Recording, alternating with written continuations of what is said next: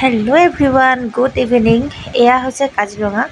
কাজিৰঙাত যেতিয়া আহিলোঁ আৰু নিজৰ মিতিৰৰ মানুহ আছে, তাত নোসোমাইতো থাকিব নোৱাৰোঁ নহয় জানো। সেয়েহে সোমালোঁ পেহী ঘৰলৈ বুলি। তো পেহী ঘৰত সোমাই ইমান মনোৰম দৃশ্য। পেহীয়ে মানে কাজিৰঙাত যে আছে, সঁচাকৈ ঘৰটো একদম সুন্দৰকৈ সজাই ৰাখিছে। মানে আপুনি দেখিয়ে গম পাইছে, দেখিছেনে ফুলৰ টাববোৰ কি ধুনীয়াকৈ ৰাখিছে ঘৰটোৰ ভিতৰত। এয়া হৈছে কোৱাৰ্টাৰ, পেহীহঁতৰ মানে কোৱাৰ্টাৰ হয়।